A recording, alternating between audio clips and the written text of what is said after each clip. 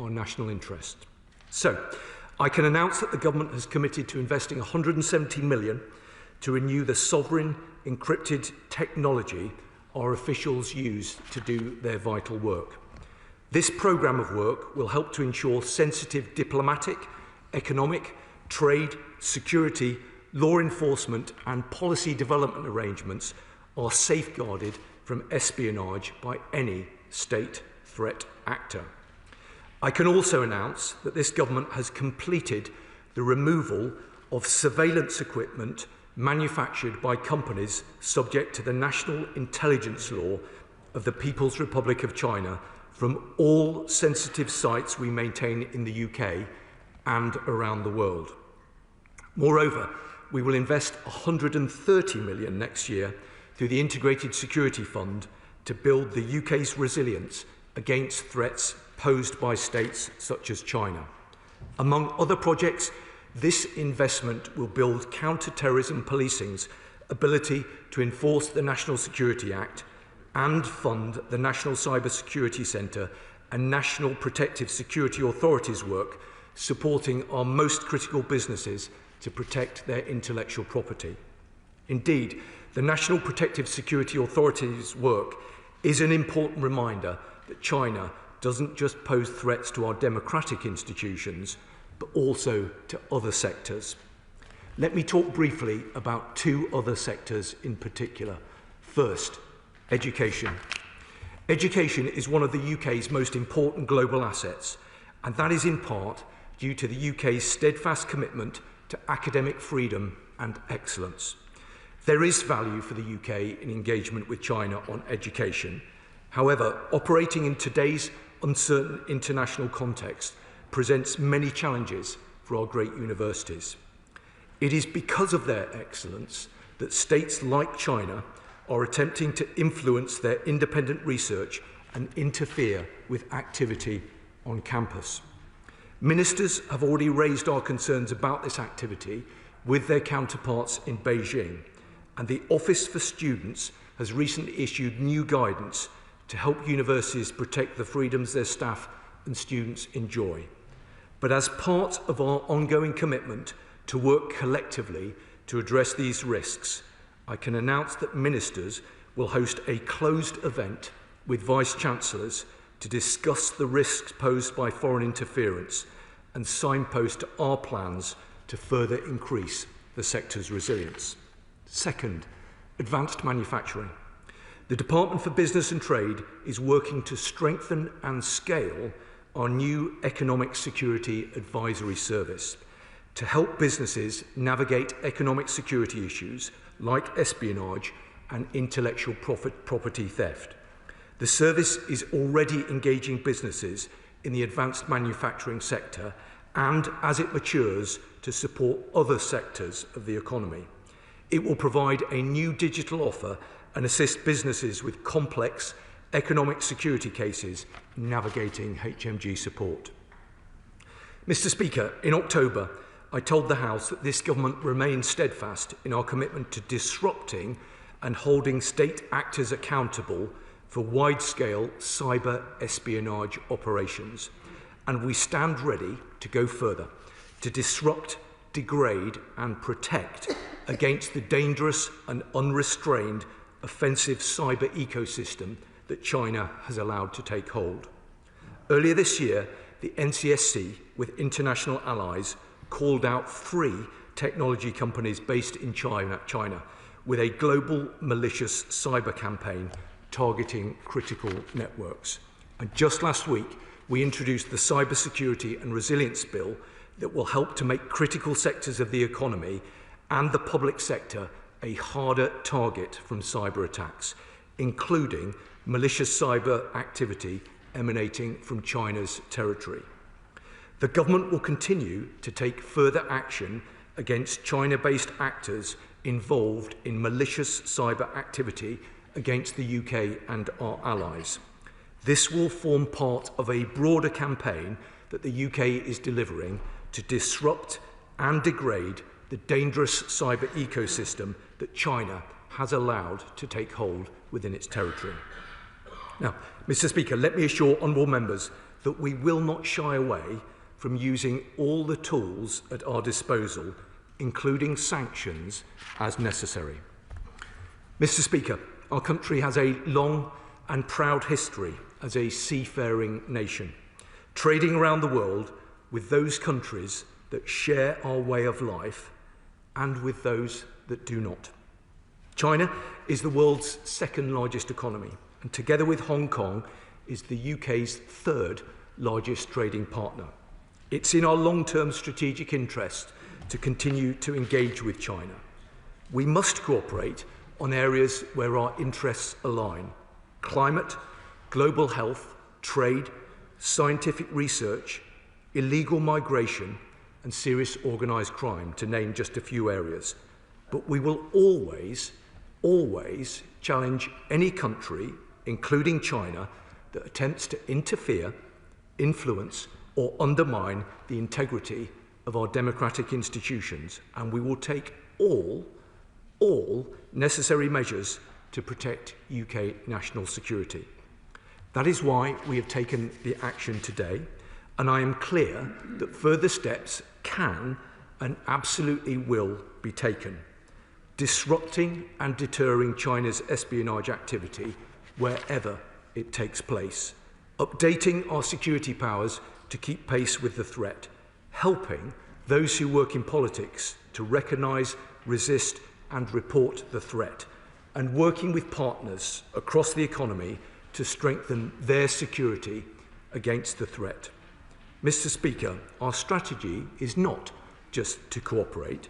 We will engage China where necessary, but we will always act to defend our interests and challenge where our values are threatened. I commend this statement to the House. Just to say, the Minister did take 14. It's a very important subject, so I've no problem with that. So it may be helpful if you need 7 minutes. It's there. Shadow Minister Alicia Cairns. Thank you, Mr. Speaker.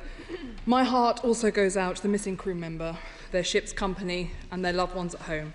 Let us all hope for good news. Thank you to the Minister for advance sight of his statement and for his time last week. But the revelations today are no surprise. They are the latest in an ever-growing list of actions by the Chinese Communist Party interfering in our sovereign affairs and trying to undermine our democracy and our country. The pernicious nature of this threat should not be underestimated, and I welcome the Minister's plans for a new prescription tool to counter foreign interference. Also, that the government has completed work we started to strip surveillance equipment manufactured in China from sensitive sites. On education, however, plans to discuss foreign interference with Vice-Chancellors is quite inadequate. I've had those discussions and face nothing but naivety and intransigence. But they are also useless unless the government is willing to use its teeth to defend those institutions under attack. Earlier this month, Norway and Denmark alerted us to the existence of dual-use kill switches in Chinese-made electric buses, allowing China to switch off buses and bring chaos to transport systems.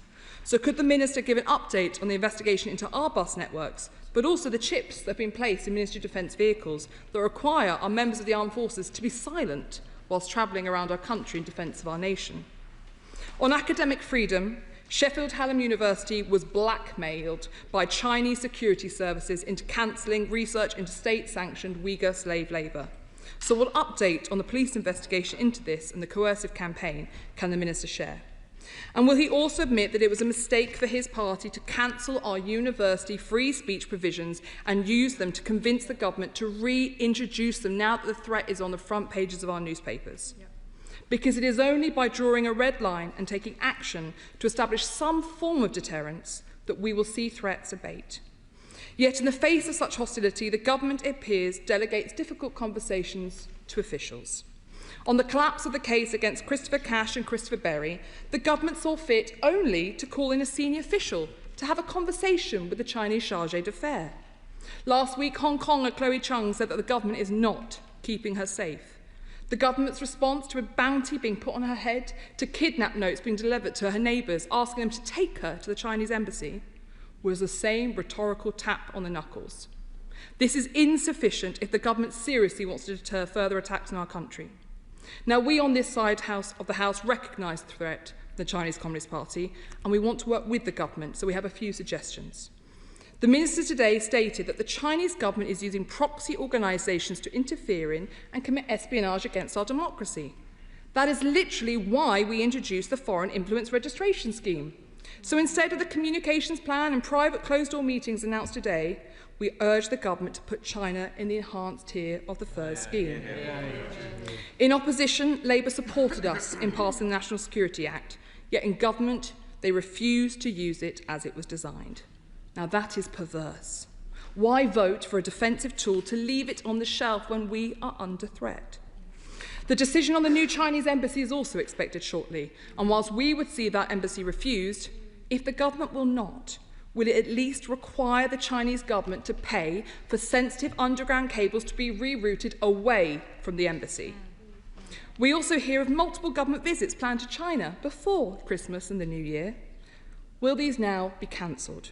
Because what message does it send when, despite an attack on this House, our Parliament, ministers are happily jetting off to stride down red carpets with the government responsible? And finally, we need a comprehensive audit of our vulnerabilities across our society and our economy. The recent export controls on critical minerals demonstrate China's willingness to weaponise its economic heft. We need to know where our vulnerabilities lie and increase our resilience accordingly. But that also means publishing the shelved China audit. Because how can an entire civil service base its posture on a document that most will never be allowed to read? It needs to be published and sensitive areas can be redacted. Any offence taken by the Chinese authorities at its contents are down to their actions, not ours. Now, we face an acute threat to our democracy, and in the face of that threat, we have yet to see repercussions of the Chinese Communist Party. To defend our nation, the government must have a firm policy of deterrence. Now, justice was denied last month, but the government has the tools and ability to act. So when will the government take action to make clear to the Chinese Communist Party that they will not get away with attacks on our democracy? The government can cancel the JETCO trade talks. It can impose sanctions. It can cancel propaganda visits to China, and it can put the Chinese Communist Party in the enhanced tier. When they do any of these, we will be here and ready to help. But until that time, the Chinese Communist Party will think our country unwilling to deter future acts of hostility and unwilling to defend our democracy or our country. Thank you, Mr. Speaker. Minister. Well, thank you, Mr. Speaker. Can I say it's very good to see the Honourable Lady here and in her place, and I'm very grateful for her comments today and for the contact that we've had recently, and I hope she knows that this is a conversation that I want to continue to have with her and colleagues on her side, and we take very seriously the points that she's made today and on countless other occasions. Let me try and provide her with some reassurance, but if I'm not able to do that, I'm very happy to meet with her again in the very near future, because as she will understand, there are sensitivities around some of these matters, and that means it's more difficult to get into the detail of some of them. But let me see what I can say to try and provide some assurances. So the package that we have announced today, I think by any metric, is a comprehensive package, but I've been clear about the government's willingness to go further when and where that is required. The measures that we have announced today will help us to tackle economic, academic, cyber and espionage threats that we face from China and from other state actors. The impact of the measures that we've announced today will be immediate, but as I say, we will not hesitate to go further where that is necessary, because when we say that national security is the first priority of this government, that is something that we take incredibly seriously. Now, she's right that the threats that we face from China do require action and not words. And I would just gently reiterate some of the announcements that we've confirmed today. So the work that we're taking forward will be coordinated by myself from the Cabinet Office as part of a new counter-political interference and espionage plan. That will be the fulcrum point for coordinating this activity right across government and across law enforcement. She will have heard the words that I've spoken about the new guidance and briefings that will be issued to members of this House and to the devolved assemblies and to candidates standing for elections in May of next year. We're putting our money where our mouth is as well. I've announced £170 million specifically towards renewing our sovereign encrypted technical capability, and another £130 million on projects such as building counter-terrorism police's capacity, working with the NCSC and the MPSA to protect intellectual property. I've also referenced, and she referenced it as well, the removal of surveillance equipment manufactured by companies subject to the National Intelligence Law. I absolutely acknowledge that that was work that began under the previous government, and I am pleased, and I've issued a written ministerial statement with further detail to confirm that we've completed that process today. I also think there is an important legislative angle to all of this, which is why we introduced the new Cyber Security and Resilience Bill just last week, and why I give an assurance that we will introduce the Elections Bill the earliest available opportunity. Now, all of these measures are important in their own right, but they are more important when they are brought together. But in the end, and I think the Honourable Lady will agree with this, what really matters is our mindset. And our mindset is born out of an absolute desire to work collaboratively across this place to protect our country and all of the people who live here. Now, will that involve making some tough choices? Yes. The truth of the matter is it will involve making some tough choices. The previous government made some tough choices. This government will have to make tough choices. But like all of our G7 counterparts, we will engage with those choices in a clear-eyed way. But I don't think any serious member of this House thinks that we shouldn't be engaging with China.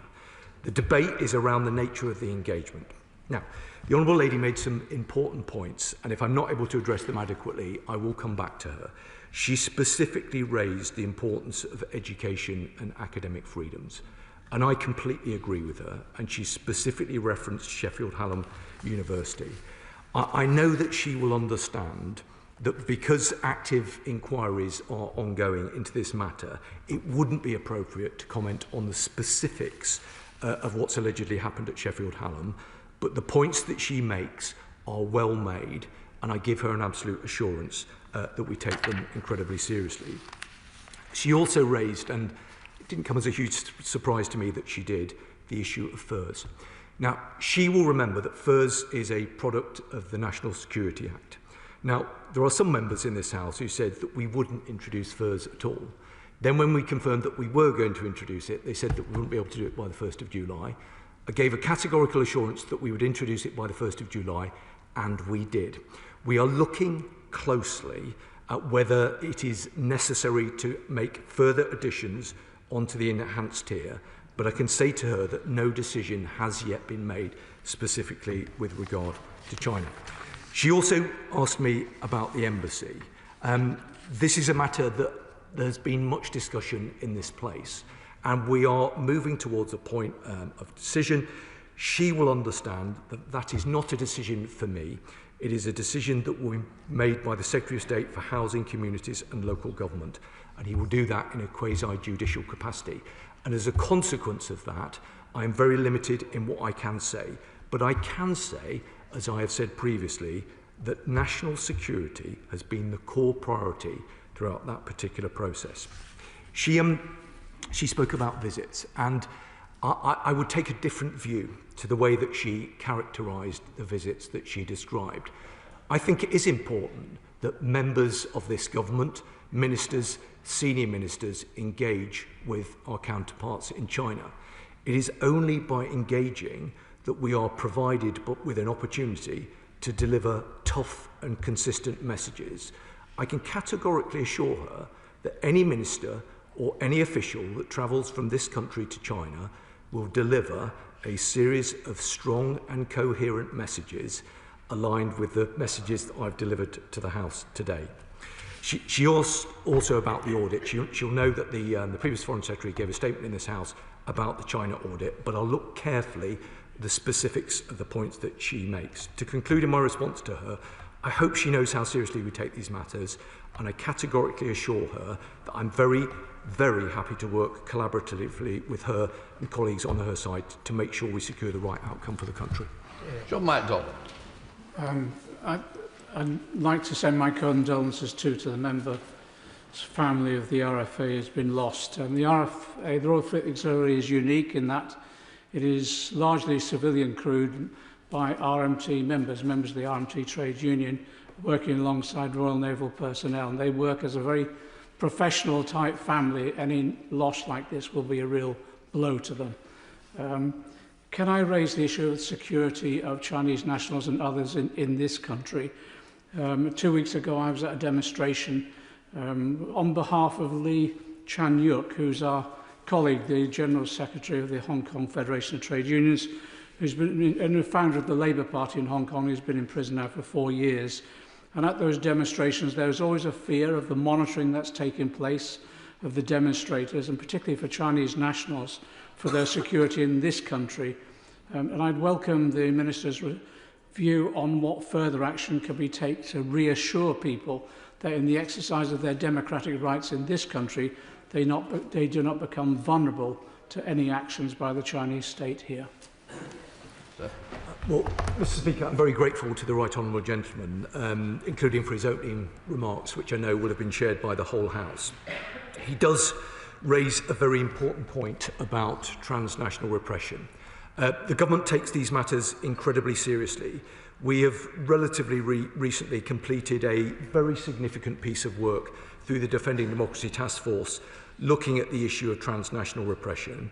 The government is absolutely crystal clear that it is completely unacceptable for China or for any other country, for that matter, to target individuals resident in this country. I recently met with members of the Hong Kong community who raised very significant concerns about the targeting of them, and I was clear to them, as I am clear to the Right Honourable Gentleman, that none of that activity is remotely acceptable to the government, and we will do everything that we can, both to make sure that the individuals that he refers to are kept safe, and also that they feel as though they're being kept safe. I'll come to the Liberal Democrat spokesperson, Lee Smart, but obviously some extra time as well allocated. Thank you very much, Mr. Speaker, and I'm very grateful to the Minister, as I always am, for advance sight of his statement. The news that the CCP is waging a campaign to infiltrate our Parliament is deeply offensive to our sovereignty, though perhaps it's not surprising to those who have been paying attention to the recent collapsed espionage case and uncovering of interference at a UK university. Their attempts to corrupt our democracy and government must be rooted out. We therefore welcome the Counter-Political Interference and Espionage Action Plan as a first step. It's absolutely right that the government implement these measures to challenge Beijing's espionage capabilities in the UK and the transnational repression it exports to our shores. New measures to disrupt proxy organisations, new penalties for election interference and the removal of potentially compromised surveillance equipment have our full backing. However, in the face of persistent, flagrant transgressions by the CCP, this plan by itself is not sufficient. Beijing has tried to bully our government, most recently on permission for the proposed new Chinese embassy in Tower Bridge, warning of consequences if the government does not approve the plans. They have oppressed and intimidated British nationals. We cannot afford to shy away from this challenge and leave key pressing issues unresolved. I note the Minister's earlier comments, Mr. Speaker, about the Chinese mega embassy, but I wonder if I could put on record my party's repeated call to urge the government to block this plan, to show that attempts to intimidate will be firmly rebuked. I further note the Minister's comments about furs, and I wonder if he could update the House on his current thinking about when he may plan to come back with a decision to add China to the enhanced tier of the Foreign Influence Registration Scheme. The Minister has said that the forthcoming elections bill will include measures to safeguard against covert political funding and tougher risk assessment rules for donor recipients and enhanced enforcement powers for the Electoral Commission. This is a good opportunity, Mr. Speaker. So could the Minister confirm that this will include donations via cryptocurrency and the associated transparency concerns? And can the Minister confirm that there will also be new risk assessment rules and enforcement powers for donations funnelled through third-party organisations such as think tanks? Minister. Thank you, Mr. Speaker. I'm very grateful to her for her broad welcoming of the plan.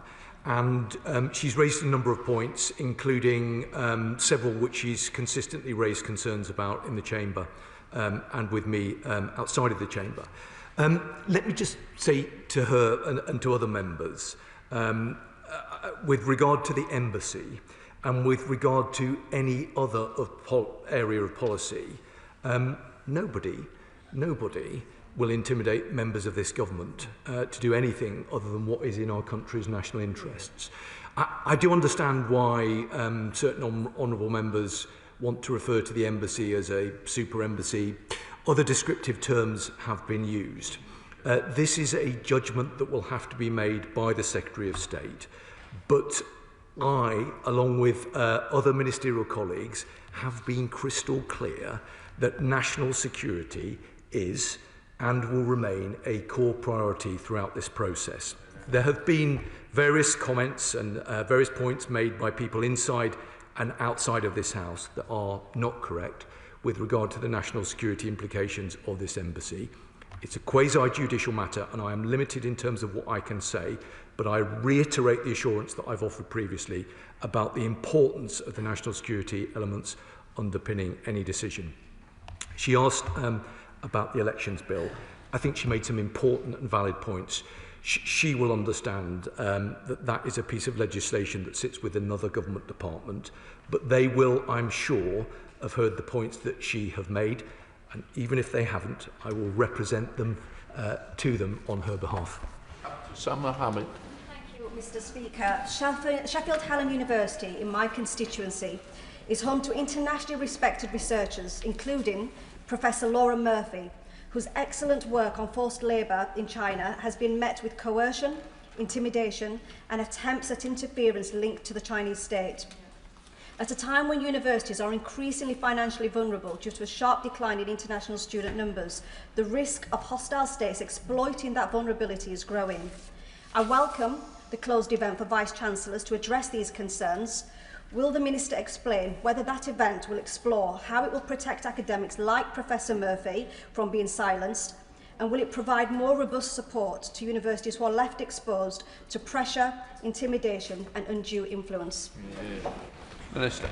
Well, Mr. Speaker, I'm very grateful to her. I mean, Sheffield is a great city, and she will know better than anyone that it is a city blessed by two outstanding academic universities. She knows that as the local MP, and I know that as the during the time that I spent as the regional mayor. Now, for reasons that I know that she will understand, because there remain active inquiries into this matter, I am very limited in terms of what I can say about the specifics. But what I can say to her more generally is that any attempt by any foreign state to intimidate and coerce universities to limit free speech and academic freedoms in the UK will not be tolerated. And the government has made this clear to Beijing after learning of this case. Now, the new Office for Students has issued guidance recently that makes it explicitly clear that universities should not tolerate attempts by foreign states to suppress academic freedom. I'm pleased that she welcomed the closed event with Vice-Chancellors, and of course we will make sure that both of the Vice-Chancellors from the City of Sheffield are invited to attend, and of course I'd be happy to discuss these matters further with her. Chair of the Select Committee, Dame Curran. Thank you very much, Mr. Speaker. Does the Minister consider that China represents a current threat to this country? And could the Minister expand on the work that his officials are doing, working with member services to remove potential security weaknesses, not just from this building, but also from MPs' constituency offices and our homes? Minister. I'm very grateful to the Chair of the Select Committee, as I always am. On her second point, let me come back to her, because I think it's a valid concern that she's raised, and rather than give her a response now, let me consider the facts of the case, and I'll come back to her with a more considered response. In terms of her first point, I fear that I'm going to disappoint her and maybe some other members opposite by not diverting from the policy that the government previously has confirmed in this place. And that is that the government fully recognises that China poses a series of threats to UK national security: cyber attacks, foreign interference and espionage targeting our democratic institutions, including also the transnational repression of Hong Kongers in this country. That is why we've made the announcements that we have, and that is why we will continue to do everything that we can to guard against that threat. Alex Burskett. Thank you, Mr. Speaker, and I thank the Minister for his statement, and also want to put on record my tribute to the missing crew member, those searching for him, and to all of those who keep us safe. With respect to the package of measures he's set out today, I welcome them. And it is important, of course, with the news today about the networking sites being used, whilst, of course, as has been said, this is not new. It's important to keep the risk elevated and to remind all those potentially affected of that. He knows, because we've conversed about it regularly, that I take an interest in the Defending Democracy Task Force, and so I wonder if he can say a little bit more about the series of protective security campaigns that will be coordinated through it. And can I suggest that as part of the outreach to all of the different stakeholders he's mentioned, that the task force gives thought to some sort of centralised toolkit that pulls together all of the guidance, the information, and which is evergreen and constantly being updated to ensure that all affected stakeholders in and outside of this place have it at their fingertips, so that we can keep ourselves safe from people who are a threat to us. Minister. Well, I'm very grateful to him for his comments today, and also the points that he's made previously about the importance of the Defending Democracy Task Force. It wasn't a given that the government would necessarily continue in the way that the previous government, the previous Security Minister, had invested in the Defending Democracy Task Force. But I took the view, on good advice from my predecessor, that that was the best way, the fulcrum point, to coordinate that activity across government. And I think he was right about that. And that is why we've really invested in it as a process.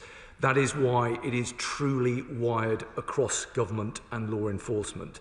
That is why the Prime Minister recently renewed the mandate of it. And that is why I personally invest a very significant amount of time in it every single day, because I believe in the work that it is doing, and I believe it provides the right forum in order to lead this work, including the kind of work that the Honourable Member mentioned. The protective security campaigns, I think, are really important, because whilst most Right Honourable and Honourable Members are sensible and diligent members of this House, we have to ensure that everybody who might be at threat or at risk has the information that they need in order to make informed decisions. And that's why, on a number of fronts, we will up our game and make sure all of the necessary information is provided to the people who needed it. His point about the toolkit is a really good one. I will take that away, consider it, and come back to him. But I'm very grateful for his contribution. Tom Tugendhat. Thank you, Mr. Speaker. And if I may begin by saying to the Minister in his place, you're welcome. It's a pleasure to hear his statement today and to hear the areas where he's taking things forward. I particularly welcome the update on the connected devices. I merely mentioned there are a few other areas where connected devices are very real. We've spoken briefly, my honourable friend spoke from the dispatch box about vehicles, which are naturally intelligence gathering platforms on wheels when they're made in Beijing and shipped over here. And there are a whole series of other areas where we're seeing this level of threat continue and deepen. Now, he also spoke about the fact that we do need a relationship with China, and I don't disagree with him on that. But it is somewhat insulting when the Chancellor goes to Beijing and comes back with £600 million of investment over 5 years. Frankly, it's peanuts. Chinese FDI in the UK is less than 0.2%, according to the government's own figures, the trade and investment figures. And so what we need to be doing is looking at where we can compensate for that dependency. Perhaps, for example, by increasing US FDI by 1%, which would be almost double what the Chinese investment is. 1% on the US is almost double what the Chinese invest. So we need to be looking around the world at alternatives. We need to be clear-eyed about the threats, and I reiterate the point that my honourable friend made from the dispatch box. We do need to introduce China on the enhanced tier of furs. Minister. Thank you, Mr. Speaker. Well, I'm grateful to the Right Honourable Gentleman for the points that he's made and the advice that he's offered previously. And I think the points that he makes about connected devices and about vehicles are well made, and I can give him an absolute assurance that we consider them very, very carefully. He made a point about engagement, and he referenced the Chancellor's visit. I can assure him that all ministers and all officials who visit China will deliver a coherent and strong set of messages about the concerns that we have with regard to our national security. That's specifically why I referenced in my earlier remarks that the Foreign Secretary spoke specifically about these matters with her Chinese counterpart on the 6th of November. She was absolutely clear with the Foreign Minister that any activity that threatens UK national security will not be tolerated. So I give him and the House an absolute assurance that even where there are engagement activities that might on the face of it relate to other areas of government business, there will be a consistency about the messaging. He will know, though, from his time in government, that in addition to the areas of cooperation and areas where there is a requirement to engage that I listed earlier, both within departmental responsibilities that sit in the Home Office, there is merit often in engaging with China on a range of matters that aren't necessarily particularly well understood. So we do need to have that constructive engagement with the country, but it needs to be absolutely underpinned by a desire to enhance and preserve our national security, and that is the approach that I will always take with it. Emily Darlington. Thank you, Mr. Speaker. Firstly, can I thank the Minister for the strength of his message about our efforts to stop transnational repression of our constituents, including the Hong Kongers in Milton Keynes, and can we continue to have a dialogue on how my constituents continue to feel unsafe in the UK. I wanted to raise an issue that goes alongside Mr. Speaker's conference, which is the online world and how we protect and defend our democracy in that online space, particularly from foreign actors, state actors, their proxies and non-state actors who use the online environment to destabilise our democracy. I would ask, would he meet with me to talk about some amendments that I'm preparing for the elections bill to ensure that we do not have these threats online and we protect them as much as we protect ourselves from the threats offline? Minister. Well, I'm very grateful to her, and let me reiterate what I said previously about how completely unacceptable it is that any transnational repression takes place in this country, and the government will continue to stand with and support members of the Hong Kong community who've relocated here to the UK. She's right also to raise the important work done by the Speakers' Conference. And at the most recent meeting of the Defending Democracy Task Force, we looked carefully at the recommendations. There's a lot of very positive work that has been done by Mr. Speaker's Commission, and we will want to work very closely with him in order to deliver where we can on the recommendations. She's absolutely right to raise the importance of the online environment, and these are conversations that I'm having with colleagues across government, including with DCIT. In terms of the point about the meeting, she will understand that the particular piece of legislation is an MHCLG lead, but I'll make sure that she gets a meeting with the relevant minister, whether that is myself or a colleague in the other department. Clive Jones. Thank you very much, Mr. Speaker. In Wokingham, we have a really strong Hong Kong community. They tell me regularly how concerned they are about the growing threat of Chinese espionage and the influence in our politics. Many of them will have bounties levied on their heads. What is the Minister doing to ease the concerns of our Hong Kong community, especially my constituents, and what is he doing to protect them and to protect our institutions? Mr. Speaker, it's an entirely fair and reasonable point, and let me give him reassurances further to what I've already said today and on other occasions. The government will continue to stand with and support members of the Hong Kong community who've relocated here to the UK. I recently met with members of that community myself, specifically to discuss their concerns. The Defending Democracy Task Force is doing a lot of work on our response to transnational repression, but if he has any further concerns, I'll be very happy to meet to discuss them further. Sir Julian Lewis. Does the government accept that China is a bad faith actor whose basic technique can be summed up by a single phrase, buy influence and build dependency? Isn't that exactly what's happened in our universities?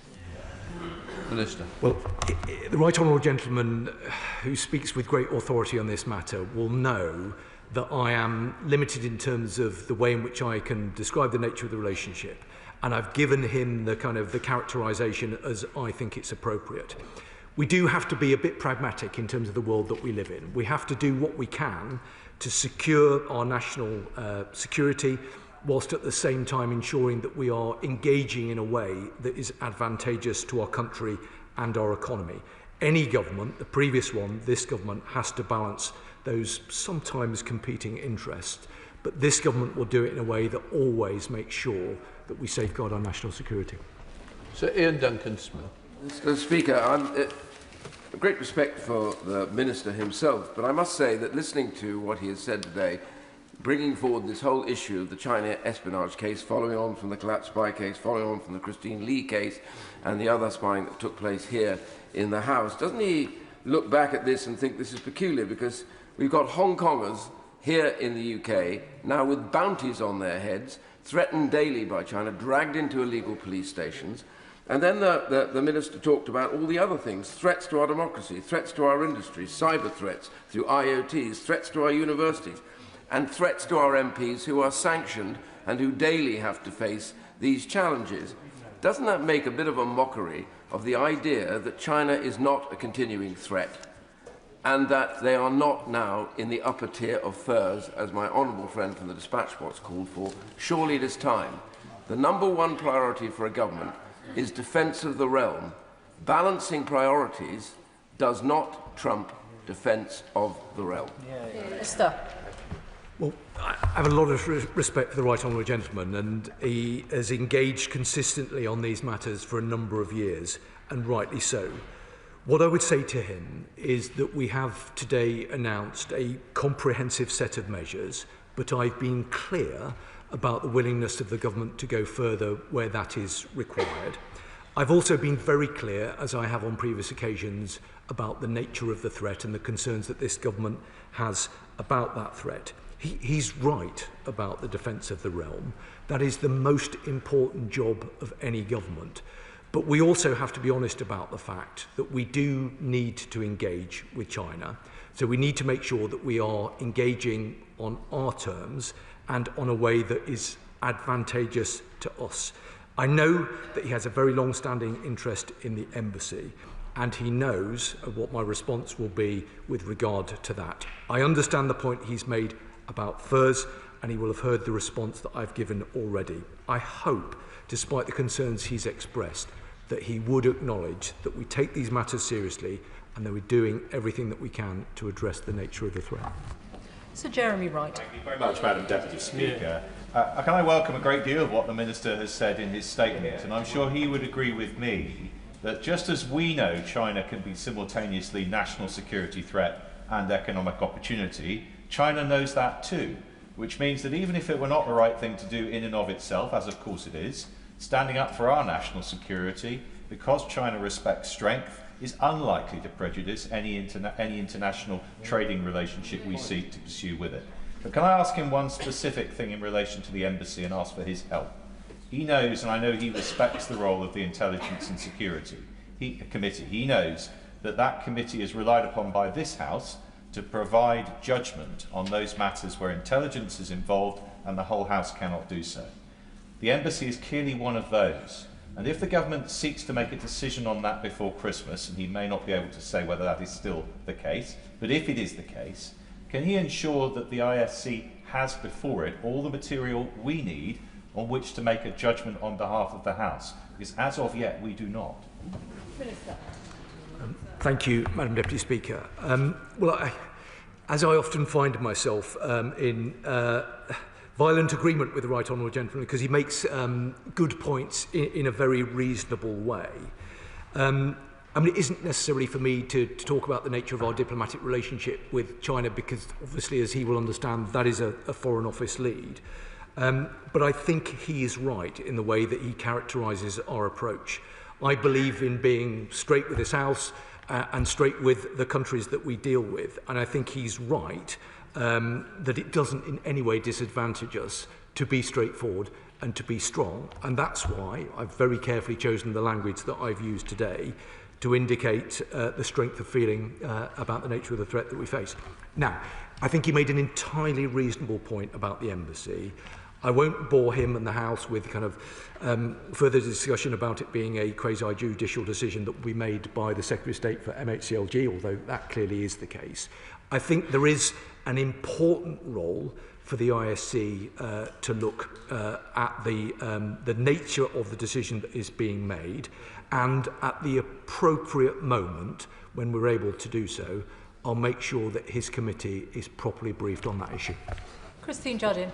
Thank you very much, Madam Deputy Speaker, and I welcome the comments today by the Minister and would repeat the calls for China to be added to FIRS. But I have specific concerns about Edinburgh and Scotland in general. One is the continuing lack of clarity about what is to happen to Mingyang and whether, if it is to take part in the construction of the offshore wind farm in the North Sea, there will be mitigating factors put in place to stop it having on-off switches and on our energy security. We have a very large Chinese consulate in Edinburgh West, which is causing concern to my constituents because of the size of the dishes on the roof, and they're concerned about activity.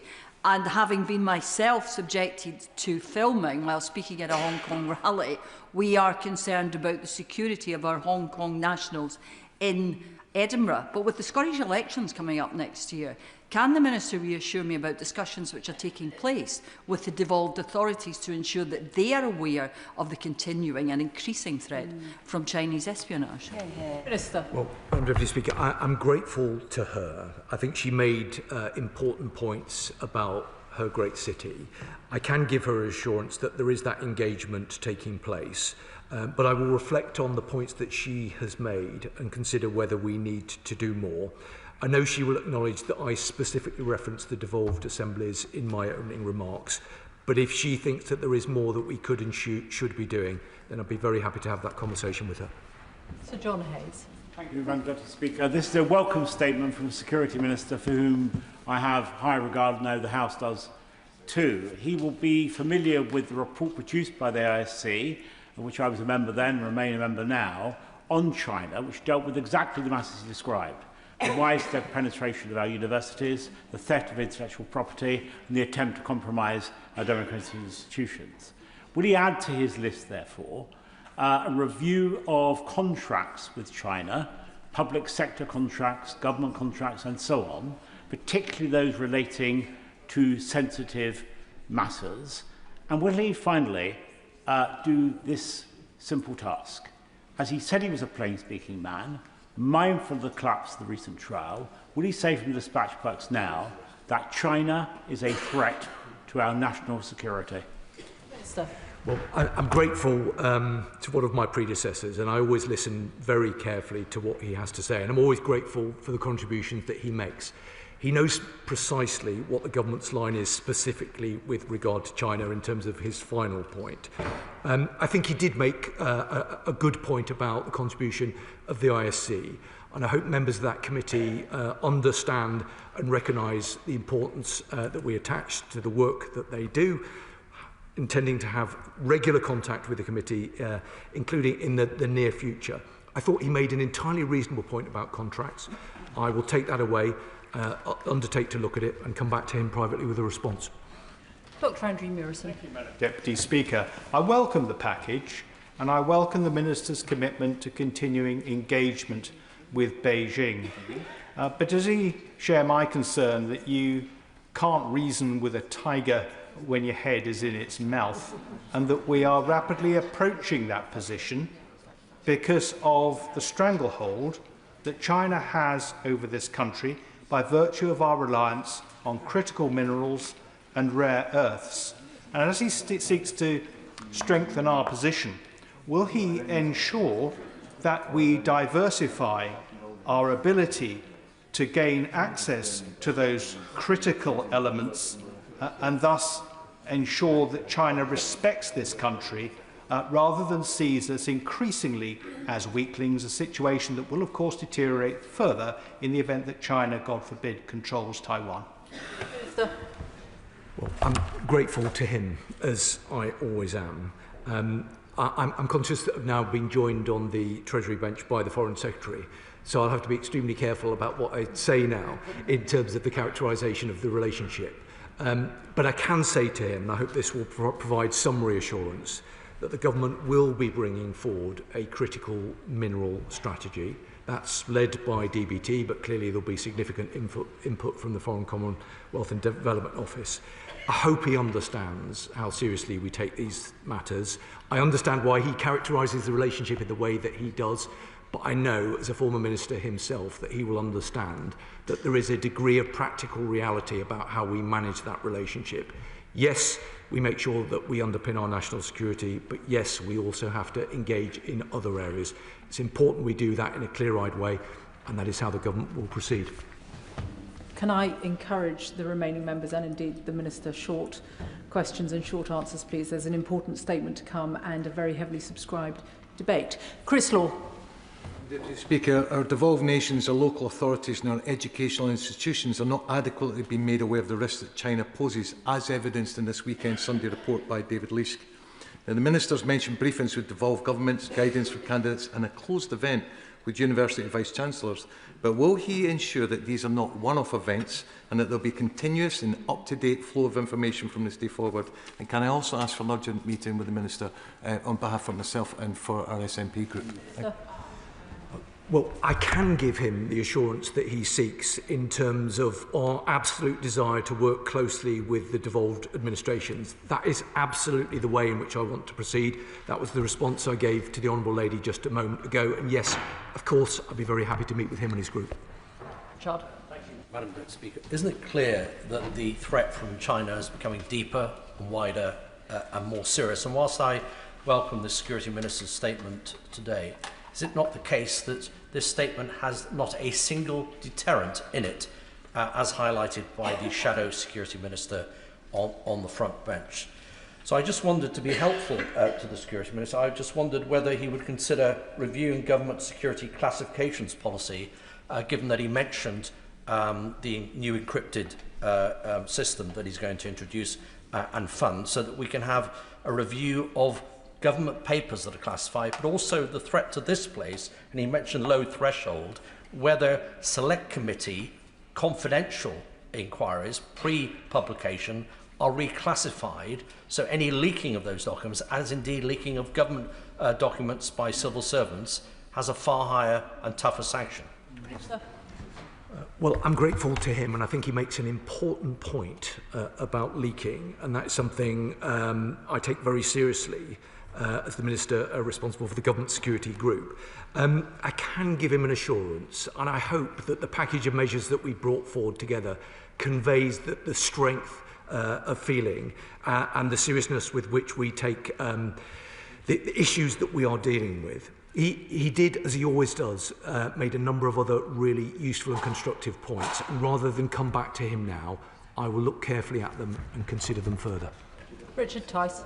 Thank you, Madam Deputy Speaker. It is not a coincidence that just a few weeks after the collapse of the China spy case, that MI5 is now issuing this major espionage alert. China smells weakness. And with regard to the embassy, Minister, whilst you say it's the decision for another minister, the reality is this is a strategically important decision by this government on behalf of the British people. And does the Minister understand the British people will be shocked if planning consent is granted, and China will also smell weakness? Well, what I can say to the honourable gentleman is that this is a strong package of measures that we've announced today, but I've also been crystal clear about our determination to act further where that is necessary. I think that is the right approach. It is an approach that will mean that we are best able to guard our national security, whilst at the same time engaging with China on other areas of policy, including illegal migration. Griffiths. Thank you, Madam Deputy Speaker. The Minister stresses the importance of mindset. So can he tell me if it was a failure of mindset which underpinned the failure to secure a prosecution of 2 alleged Chinese agents, and why parliamentarians should now trust that he has the mindset to keep us safe? As I said in the House yesterday, and as she will understand, I hope, and as Right Honourable and Honourable Members will understand, these were not decisions that were taken by the government. These are decisions that were taken independently by the Crown Prosecution Service, which are rightly independent of government. What the government has done today is bring forward a strong package of measures, and I hope that she and her colleagues will support them. Tom Gordon. Thank you, Madam Deputy Speaker. I previously mentioned that the Joint Committee on Human Rights report into transnational repression specifically singled out China for the most comprehensive TNR campaign of any country within the UK. The report called for China to be on the enhanced tier of furs. If all those actions that the Chinese government are taking in regards to espionage, bounties on people's heads, and the clear attempts to subvert democracy don't qualify them to be on that enhanced tier, then doesn't this undermine the scheme? Well, firstly, let me say I do very much appreciate the work of his committee, specifically with regard to the report that they published on transnational repression, and I know that he will note that we responded fully to that report. He makes the point about furs, and I understand why he does. He knows what the government's position is at this particular moment. I spelt it out earlier on. Furs is an important tool, and we will carefully consider how best to use it. John Cooper. Thank you, Madam Deputy Speaker. The Chinese General Sun Tzu said that the opportunity to defeat the enemy is presented by the enemy himself. Are we not presenting an opportunity for defeat when members of our military ride around in Chinese cars? And why on earth is this government facilitating secretive trade trips to Beijing for members of the Scottish Government? Well, Sun Tzu said a number of things, and perhaps that they lend themselves to a debate all of its own. I'm not aware of the specific point that the Honourable Member has made, but I'm very happy to look into it if it would be helpful to him. Richard Ford. Thank you, Madam Deputy Speaker. According to media reports, university administrators at Sheffield Hallam told a professor of Chinese studies that she would have to abandon her research. This followed a separate defamation lawsuit against Sheffield Hallam University, as reported by the BBC. Now, I appreciate that the Minister cannot comment on the specifics of that case, but will the government do more to support universities in resisting so-called SLAPs, the strategic litigation against public participation? Yeah.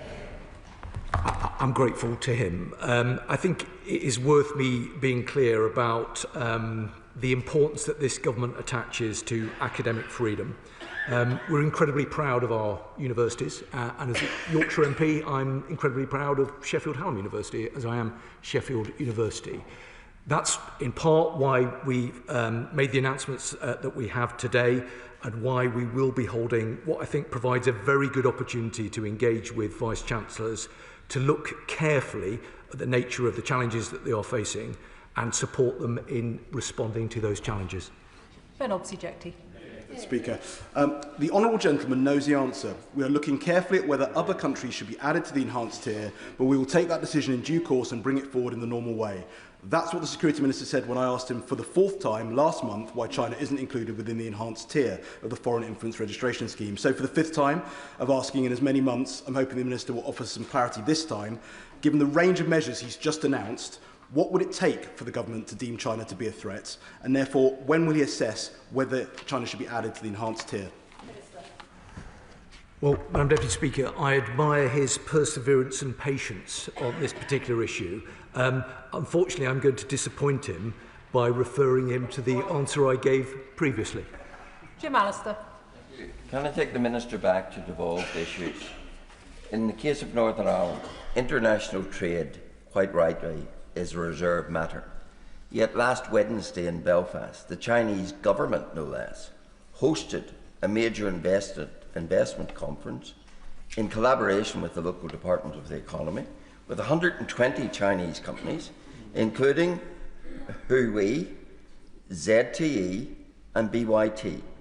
And at the conclusion of it, signed a strategic cooperation framework agreement with InvestNI. How is that possible when international trade is a reserved matter? And will this government finally closely examine the operation of the Stormont Executive and its collaborations with China? Minister. Well, I'm grateful to him. I can say to him that I was in his part of the world just a couple of weeks ago, and we take very seriously the importance of engaging with the devolved administrations. I'll look carefully at the points that he has made and reflect on them, and if he wants to discuss them further, I'd be very happy to do that. Jim Shannon. Madam Deputy Speaker, can I thank the Minister very much. I think we are greatly encouraged by the steps that the government are taking. But having chaired an APPG, one of the ones, and some of the members here close to me are all members of that, we had our website hacked, stories were replaced, and also having conversations that we have been under surveillance by the Chinese government whilst in Northern Ireland. I'm so glad that the Minister has acknowledged this wide-scale threat. While pouring money into security is good, there is clearly a ramification to trade outcomes for those Chinese agents involved in espionage. The message today, as a consequence of the recently mishandled court case, can never be repeated. And I ask the Minister this question, that our language is set, our defences are raised, and that we're not to be trifled with by any foreign powers, certainly not by the Chinese government. Well, I'm grateful to him, as I always am, and I hope that he sees the commitment that this government has in terms of ensuring that we are best equipped to engage against the nature of the threats that we face. That's precisely why I've brought forward this package of measures.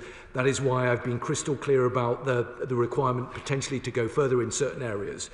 I hope he sees, but if he doesn't, let me give him an assurance, how seriously we take these matters, our desire to work with members right across the House and with the devolved administrations to do everything that we can to guard against the nature of the threat, whilst also, at the same time, making sure that we engage in a way that is in our national interest.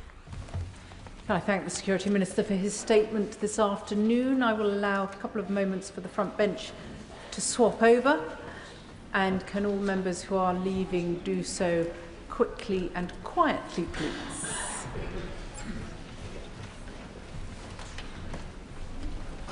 Which brings us to a statement on Gaza and Sudan. The Foreign Secretary. Thank you, Madam Deputy Speaker. I want to update the House on two of the world's gravest conflicts, in Gaza and in Sudan, following recent resolutions in the UN and discussions at the G7, and also on the action that the UK government is taking to pursue peace. Firstly, in Gaza, after 2 years of the most horrendous suffering, the ceasefire agreement led by President Trump, with the support of Qatar, Egypt and Turkey, has been in place for 6 weeks. 20 hostages are now home with their loved ones, and the remains of 25 more have been returned so their families can grieve. More aid trucks are entering Gaza, but the ceasefire is highly fragile, and there is still a long journey ahead to implement the commitments made at Sharm el-Sheikh and to get to a lasting peace. Last night, the UN Security Council passed Resolution 2803. The UK voted for this important resolution, which authorises the establishment of an international stabilisation force for Gaza, transitional arrangements, including the Board of Peace and a Palestinian committee. It underscores the essential need for humanitarian aid and reconstruction and points the way to a path to Palestinian self-determination and statehood. Crucially, it is supported by the Palestinian Authority and Arab and Muslim partners in the region and beyond. And this resolution is a critical staging post which sustains the unity around President Trump's 20-point plan. But momentum must now be maintained. It is essential that an international stabilisation force and trained Palestinian police can be deployed quickly to support the ceasefire and to avoid a vacuum being left, which Hamas can exploit. We will also need the urgent formation of a Palestinian committee alongside the Board of Peace. And as we were clear at the UN last night, these transitional arrangements must be implemented in accordance with international law and respecting Palestinian sovereignty and self-determination. They should strengthen the unity of Gaza and the West Bank and empower Palestinian institutions to enable a reformed Palestinian Authority to resume governance in Gaza, because Palestine must be run by Palestinians. The work to implement the first phase of the ceasefire agreement must continue. That means work so that Hamas releases the bodies of the remaining 3 hostages taken in the terrorist attack on October 7th, so their families can properly grieve. And we urgently need a major increase in humanitarian aid, because aid into Gaza is still a trickle rather than a flood. In Jordan 2 weeks ago, I visited warehouses holding UK aid for Gaza, including one run by the World Food Programme, with enough wheat to feed 700,000 people for a month. Yet it still sits there because the Jordanian route into Gaza is still closed. They told me there being 30 more warehouses nearby with food, shelter kits, tents, medical supplies, less than 100 miles from Gaza, but still not getting in. Now, I welcome the very recent improvements in aid flows and that one more border crossing in Sikkim is now partially open, but it is not nearly enough. We need all of the land crossings open, including the Rafah border with Egypt, with longer and consistent hours. And urgent work is needed immediately in all parts of Gaza to rebuild basic public services and provide shelter as winter draws in. Medical staff must be allowed to enter and leave Gaza freely, and international NGOs need certainty that they can continue to operate. And I spoke to the King of Jordan and to doctors in Amman about a maternity and neonatal field hospital unit, which stands ready to be moved into Gaza. But again, they can't yet get it in. So the Israeli government can and must remove these restrictions and uncertainty now. As well as working with the US and others, we are drawing on distinct UK strength to support a lasting peace. We're providing expertise on weapons decommissioning and ceasefire monitoring based on Northern Ireland experience. We're supporting demining and unexploded ordnance, including with £4 million of new UK funding for the United Nations Mine Action Service and funding to surge in experts, including from British organisations such as the Halo Trust and the Mines Advisory Group, doing impressive work I've recently seen firsthand. And on civil-military coordination, we have UK deployments into a dedicated US-led hub for Gaza stabilisation efforts. But beyond Gaza, stability in the West Bank is essential to any sustainable peace. And I am concerned that the PA faces an economic crisis induced by Israeli restrictions that are strangling the Palestinian economy. The Netanyahu government should be extending, not threatening to end, the arrangements between Israeli and Palestinian banks, arrangements that are crucial to the everyday economy for Palestinians. It is crucial for stability, which is in Israel's interest too. And the pace of illegal settlement building continues. We have seen further appalling incidents of settler violence during the olive harvest. And while I welcome Israeli President Herzog's expression of concern, the response of the Israeli authorities is still completely insufficient practically and legally.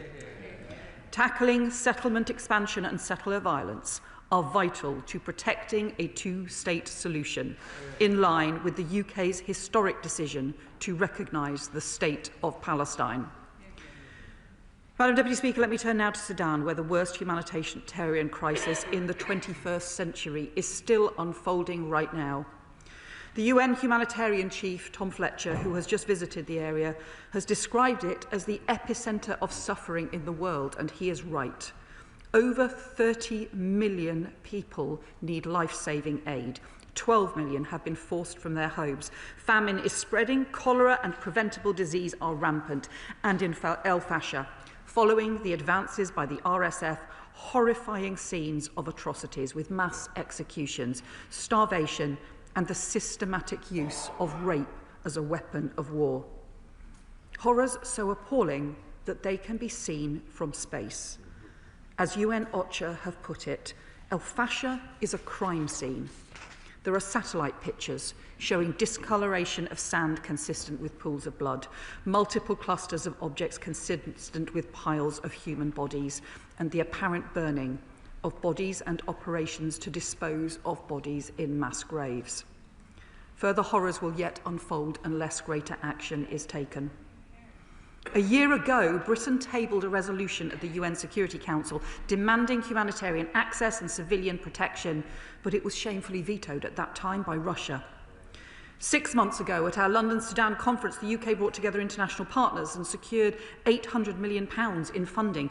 But the situation continues to deteriorate, including with North Kordofan now under threat and fighting moving to El Obeid. We need a complete step change in efforts to alleviate suffering and bring about peace. That means more aid to those in need, where the UK has committed over £125 million this year alone, delivering life-saving support to over 650,000 people, treating children with severe malnutrition, providing water and medicine, and supporting survivors of rape. But the challenge is still access. The RSF still refuses safe passage to aid organisations around El Fasher. The SAF is bringing in new restrictions which stand to hinder aid. Both sides must allow unhindered passage for humanitarian workers, supplies, and for trapped civilians. We are urgently pressing for a 3-month humanitarian truce to open routes for life-saving supplies. But aid will not resolve a conflict willfully driven by warring parties. So we desperately need a lasting ceasefire underpinned by serious political process. At the Manama Dialogue Conference in Bahrain 2 weeks ago, I called for the same intense international efforts to address the crisis in Sudan as we have seen around Gaza. At Niagara last week, I joined our G7 partners in calling for an immediate and permanent ceasefire, the unimpeded access of humanitarian aid, and for external actors to contribute to the restoration of peace and security. We're engaging intensively with the Quad countries, the UAE, Saudi Arabia, Egypt and the United States, who have now together called for an immediate humanitarian truce and an end to external support and arms that are fuelling conflict. And I strongly support Secretary Rubio's latest comments regarding the need to end the weapons and support that the RSF is getting from outside Sudan. And last Friday, the UK called a special session of the United Nations Human Rights Council, in which a UK-drafted resolution was passed securing an international consensus for an urgent UN inquiry into alleged crimes in El Fasher, because impunity cannot be the outcome of these horrifying events. We need to make sure teams can get in to investigate these atrocities and hold the perpetrators to account. And I've instructed my officials to bring forward potential sanctions relating to human rights violations and abuses in Sudan. Madam Deputy Speaker, the UK will play its full part to ensure it is the Sudanese people, not any warring party, that determines Sudan's future. Wars that rage unresolved do not just cause untold harm to civilians, they radiate instability. They undermine the security of neighbouring states. They lead migrants to embark on dangerous journeys. So we are striving to meet those urgent humanitarian needs, striving to secure not just the absence of conflict, but the presence of lasting peace. And from Gaza to Sudan, that can only be done through international cooperation and through countries coming together for peace. I commend this statement to the House. Shadow Minister Andrew Rossendale. Thank you, Madam Deputy Speaker, and I thank the Foreign Secretary for advanced sight of her statement. His Majesty's opposition welcomed the passing of the US drafted resolution at the United Nations Security Council yesterday. The US has shown consistent leadership on the Middle East, and for that we are grateful. Hamas must now release the final 3 deceased hostages. We keep their loved ones and their families of all deceased hostages in the forefront of our thoughts. We cannot even begin to imagine what trauma they have endured. Madam Deputy Speaker, key to yesterday's resolution was a mandate for the International Stabilisation Force. But can the Foreign Secretary set out exactly what Britain's contribution will be to that force? The government speaks about the need for the force to be deployed quickly to avoid potential power vacuum being filled by Hamas. So, what is Britain's contribution? Are we looking at technical assistance, the sharing of expertise or intelligence, funding, action on the ground, or all of the above? It is important that the Foreign Secretary is clear and precise about these details. Can she also update the House on which countries are expected to participate and what their contributions will be? Of course, the removal of Hamas from power and its full disarmament are vital if we are to turn this ceasefire into a sustainable end to the conflict and the cycles of violence.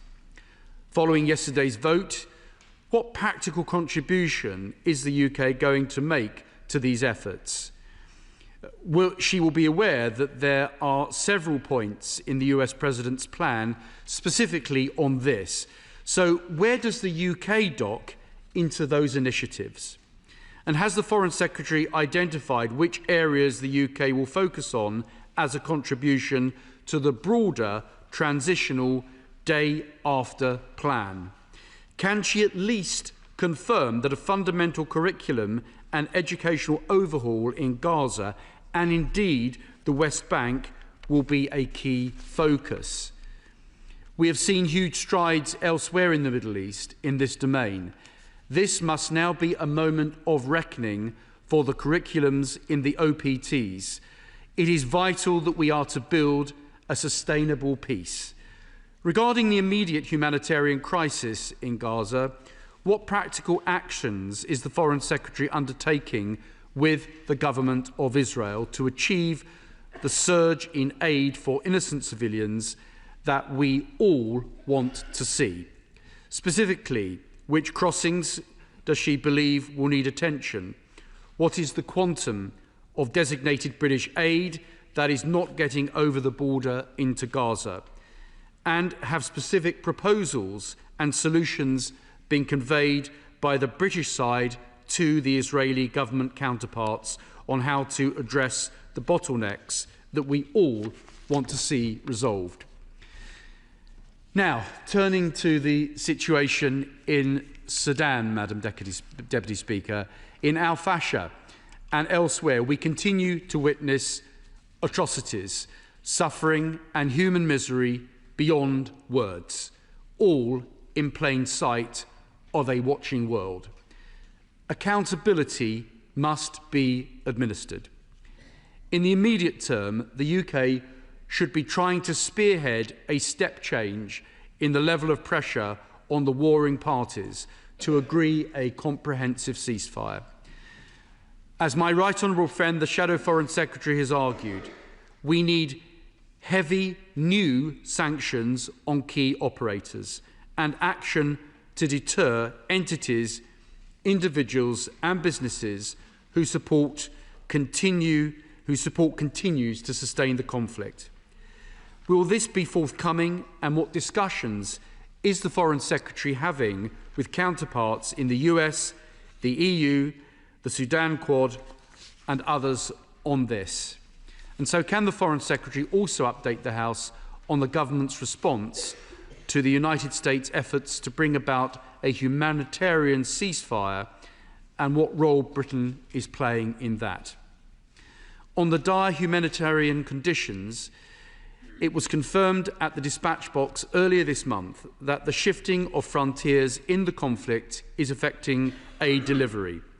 How has the situation evolved in the last 2 weeks, and what levers can be pulled to try and smash through obstacles to aid delivery?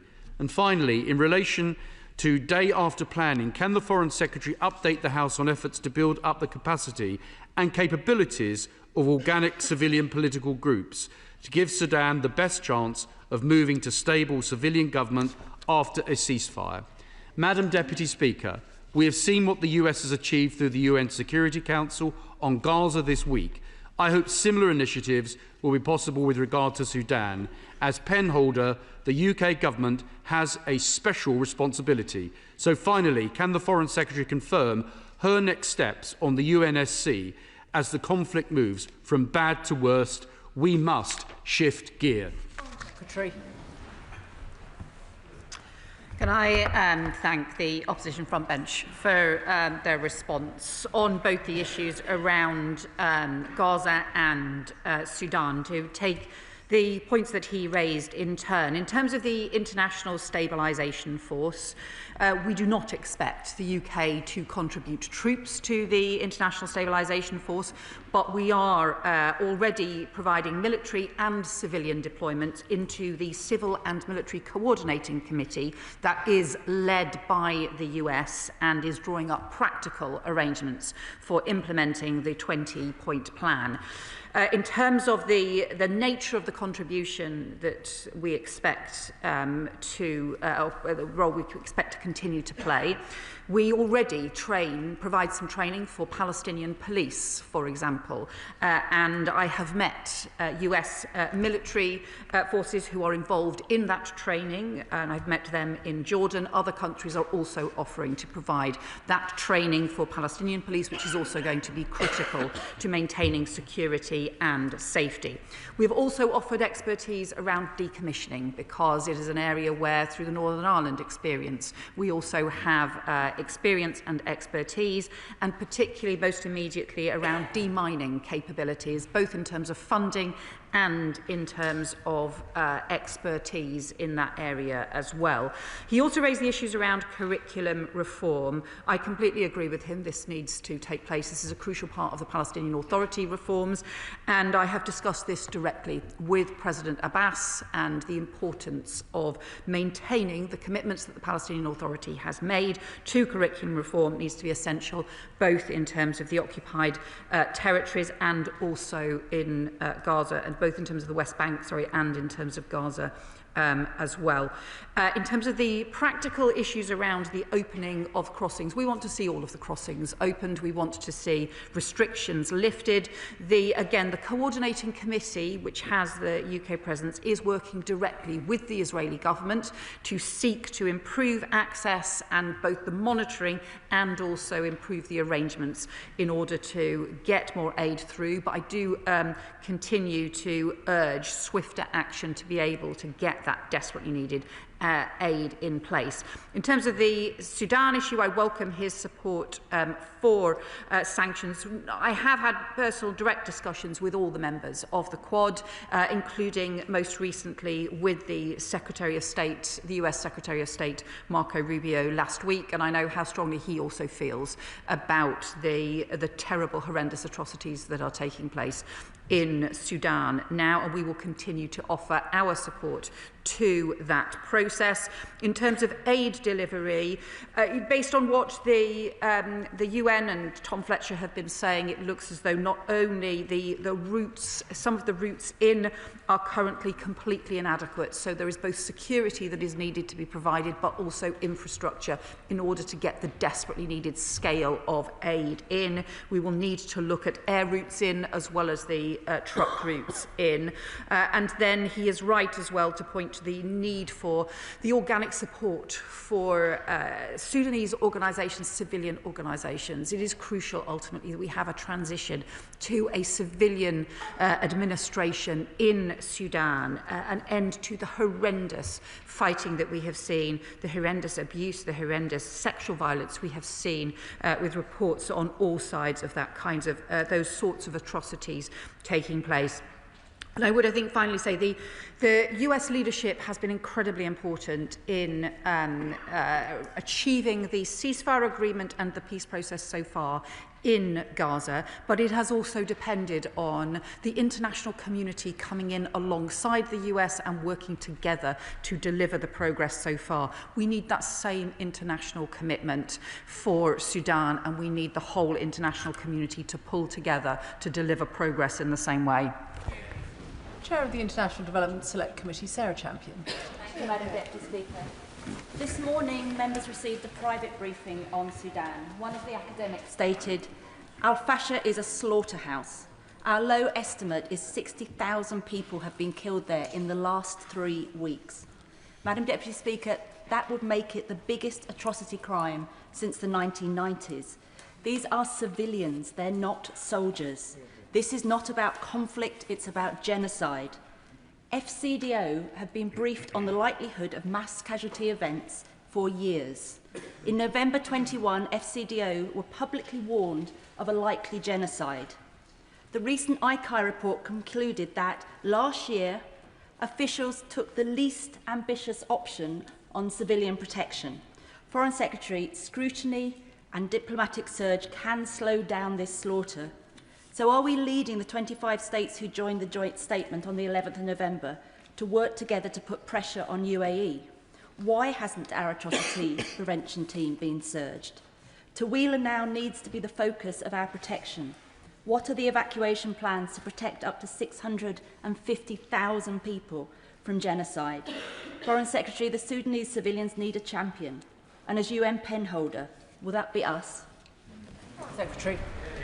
Can I thank my honourable friend and also the work of her committee on this issue. She is right to point out the truly horrendous nature of what is happening in Sudan now, and the horrendous, the atrocities. We've seen everything from the people being executed in the middle of a maternity hospital. We've seen the scale of the lives being lost, and also the fact that so few people are emerging out. That is deeply troubling about what more we may discover as well.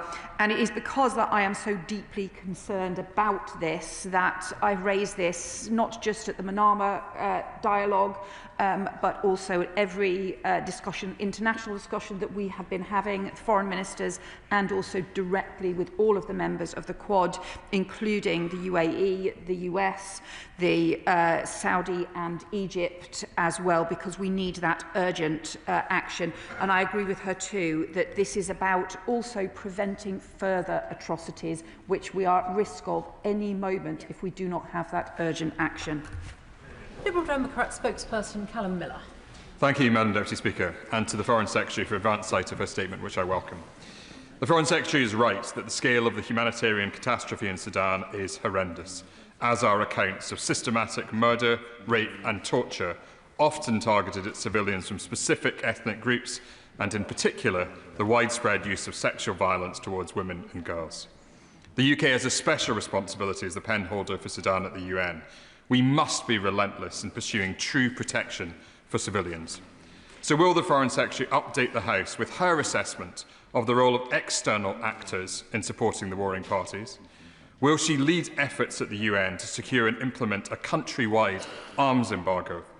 And will she set out how the UK will ensure that the UN inquiry that she referred to can gather evidence so that those actors both inside and outside Sudan who are responsible for these atrocities are held to account?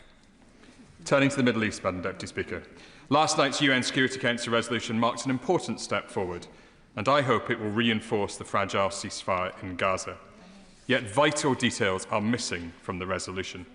So can the Foreign Secretary set out what the remit and scope of the International Stabilisation Force will be, how Hamas will be disarmed, how those responsible for atrocities in Gaza will be held accountable, and how she envisages a Palestinian committee will ensure Palestinian self-determination is respected.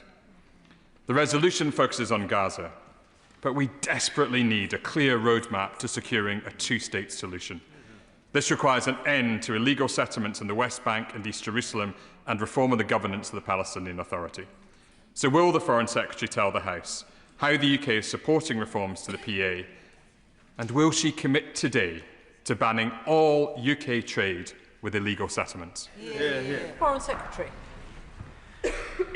Well, I welcome the the Democrat frontbench response, and I agree with him on the importance of an arms embargo around Sudan and actually making sure that this is properly implemented, because it is deeply disturbing that weapons are still being supplied to the RSF despite atrocities.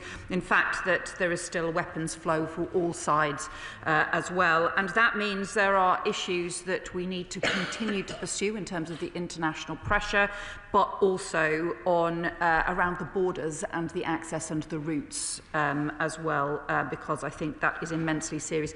He raised the point about the investigations. The Human Rights Council resolution that the UK drafted alongside with other partners does provide for the UN-led investigation into these atrocities, But that will come as scant comfort to anyone if we don't also have the urgently needed action to prevent further atrocities. There must be accountability, but there must also be the urgent action to prevent atrocities in the first place. And then in terms of the Gaza situation, so in the ISF, the work is underway in terms of constituting the ISF. We know that some countries are prepared to come forward and to contribute, and the mandate has now crucially been provided last night. It must operate in line with international law, and also further details will need to be developed on the way in which the new Palestinian Committee needs to operate, that we want to see constituted as rapidly as possible. We also must see an end to illegal settlements. It's clear that we need to have to be able to rebuild the connections between the West Bank, Gaza and East Jerusalem, so that we can have a Palestinian state living in peace and security alongside the Israeli state. That is the only way we will get to peace for them alike. Annalise Dodds. Thank you, Madam Deputy Speaker. I welcome her comments on Sudan in relation to potential additional sanctions and also aid access.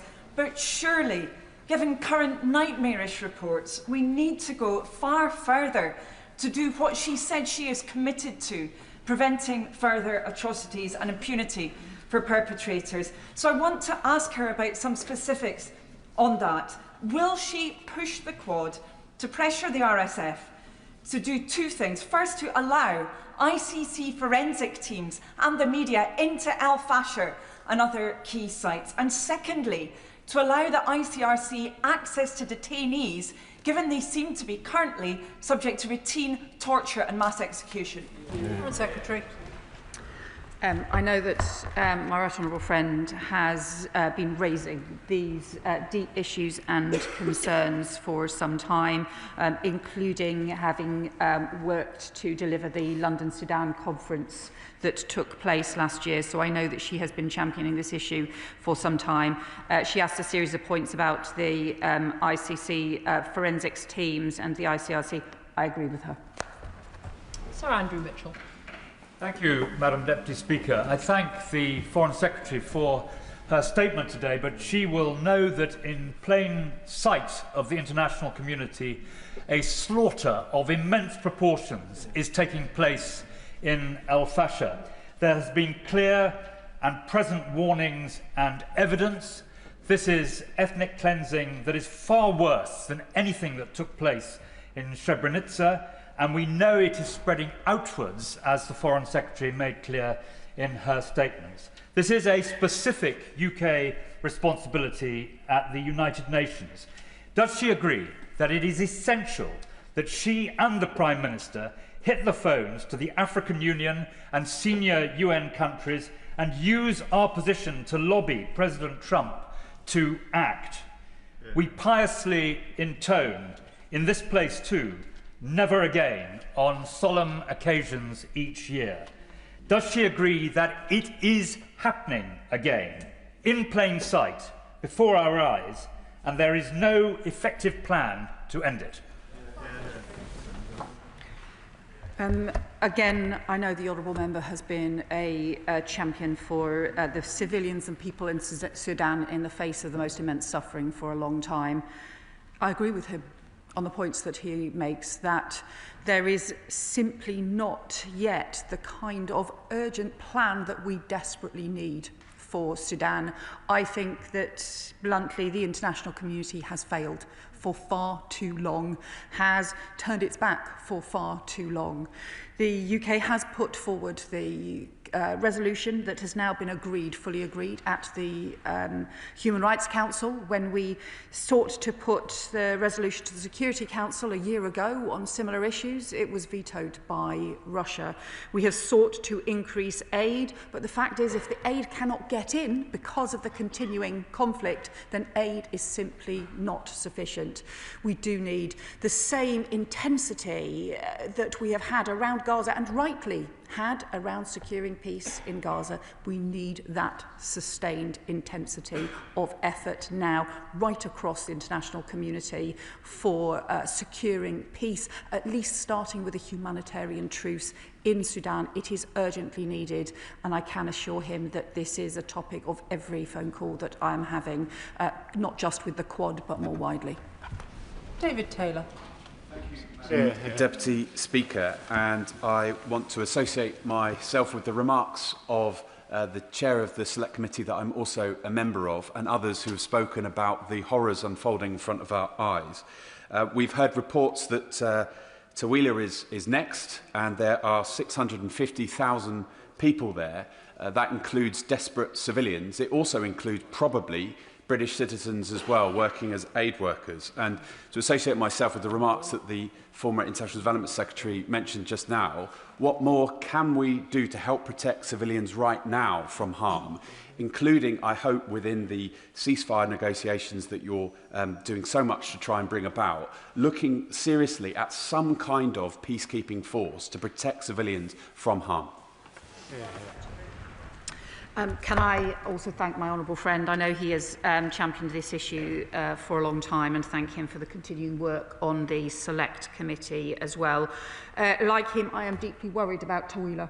I am deeply worried that it will be next if there is not concerted action to pull the warring parties back from the brink, to halt the RSF advances, and to at least have a humanitarian truce for long enough to get the humanitarian aid in, to get the civilians out. But frankly, we need an end to this horrendous conflict overall. And as we have seen in Gaza, it is only when there has been that huge international effort coming together that we can make progress. We need to do the same urgently now. Richard Ford. Thank you, Madam Deputy Speaker. The Foreign Secretary announced earlier this month additional funding for Sudan. And she announced £2 million for survivors of rape and sexual violence in Sudan. But yesterday, this House debated ending the £2 billion of asylum hotels in the UK. That's what it's costing the UK taxpayer. So when might we get back to a place of spending less official development assistance in the UK and spending more of it in the region, where it would help more people in desperate need and keep them from fleeing to Europe?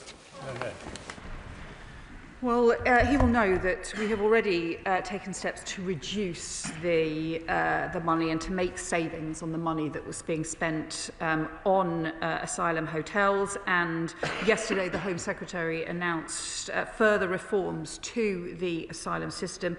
We clearly need to end asylum hotels altogether and not be spending the taxpayers' money on